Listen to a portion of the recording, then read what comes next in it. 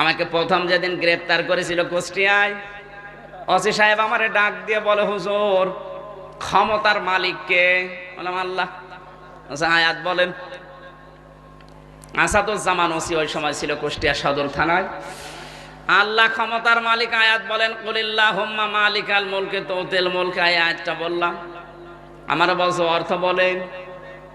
আল্লাহ যাকে চায় তাকে ক্ষমতা দেয়, যাকে ইচ্ছা তাকে ক্ষমতাকে নামিয়ে দেয়। আচ্ছা কি বুঝলেন এই আয়াত দিয়ে? কি বুঝবো মানে? প্রধানমন্ত্রী এখন যে ক্ষমতায় আছে অবশ্যই আল্লাহ দিয়েছে। এই তো কোরআন ভালোই বুঝেছে। এতটুকুই শেষ করলেন না।